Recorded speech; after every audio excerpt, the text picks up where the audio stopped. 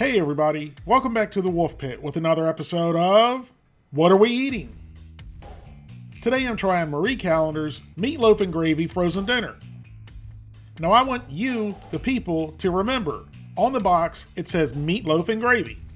Just remember that for later on in the video. The meatloaf and gravy is meatloaf with home-style gravy with creamy mashed potatoes and corn. This 12.4 ounce meal costs $2.48. which for a meat and potato meal is pretty reasonable, and it's made without any artificial flavors or colors. Now the picture on the box, the meatloaf and the corn look great, but I had to do a double take because I thought the mashed potatoes was stuffing. They look awful dry for creamy mashed potatoes.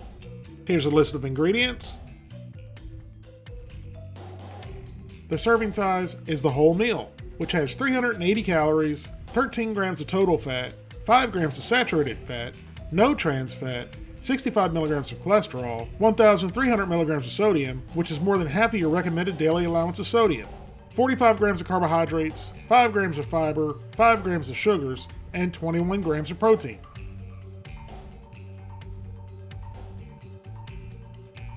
You can heat this meal in the microwave or the oven.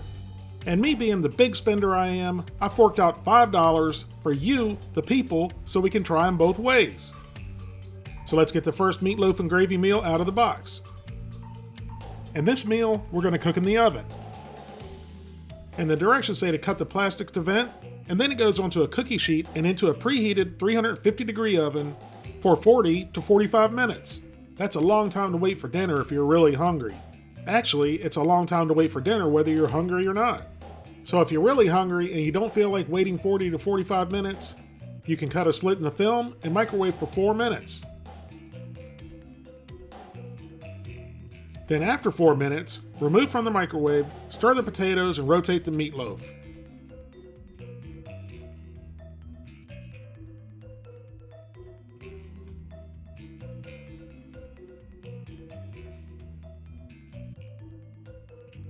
Then replace the film and cook for another 2 to 4 minutes. And then you let it rest for 2 minutes. After cooking for an additional 2.5 minutes, for a total of 6.5 minutes, and resting for 2 minutes, our Marie Callender's meatloaf and gravy frozen dinner is ready to enjoy. We tried the corn first, which is usually foolproof in frozen dinners. And this corn looked great, as I expected. So into the old pie hole it went. And right back out of the pie hole it went. I couldn't get that corn out of my mouth fast enough. This corn was awful. It tasted old and it was dry. I know, I could have added some butter to help the corn, but that's not the point. I was convinced this was feed corn.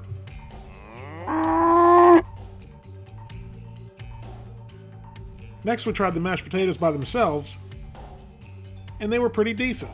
Not the best mashed potatoes in a frozen meal, but also far from the worst.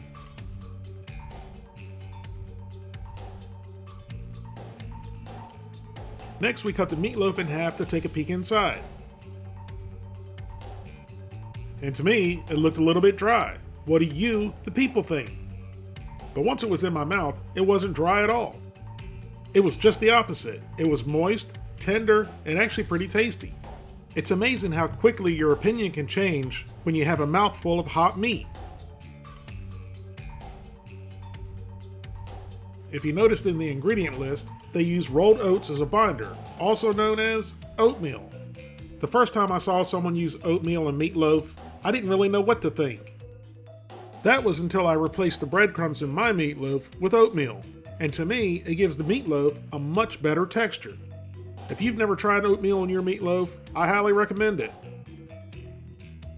Now it was time for the obligatory final bite of everything. The meatloaf and gravy, mashed potatoes, and corn. I know some of you don't like mixing your food together, but I love mixing my food together and I think it helped in this case. The meatloaf and mashed potatoes and gravy were good, and they were almost good enough to cover up the taste and texture of the corn. After 40 minutes in a 350 degree oven, our second Marie Callender's meatloaf and gravy meal is ready. When we took the plastic off, I was at a loss for words. Where are the mashed potatoes? Remember in the beginning I said to remember the title of this meal? On the front of the box, it said meatloaf and gravy. And I guess in this case, they really meant it, because it looks like meatloaf, gravy, and corn. Speaking of the corn, it looked good like it did in the first meal. But the proof is in the pudding. Just the regular pudding, not the corn pudding. Corn pudding. Don't! That was my failed impression of Homer Simpson. And this corn was not good either, but it wasn't as bad as the microwave corn. There's absolutely no sweetness to it at all.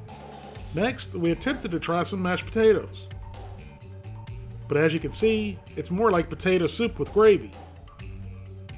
And when I tasted it, all you could taste was the gravy. And other than being pretty salty, the gravy was good. Next, it was time to try the meatloaf. And I think Mrs. Wolfe's manicures are starting to affect her fork skills. Either that, or she was imitating the late great Stephen Hawking. God bless his sweet little soul. Thank you. And here's what the meatloaf looked like after Mrs. Wolfe floundered around with it. And it looks moister than the microwave version, but that's because of all the gravy on it from Mrs. Wolfe floundering around. And again, the moisture, the texture, and the flavor of the meatloaf was pretty good.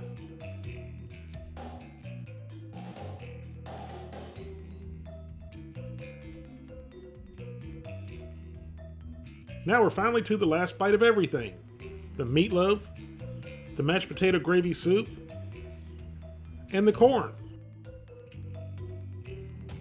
And the final bite was similar to the microwave version.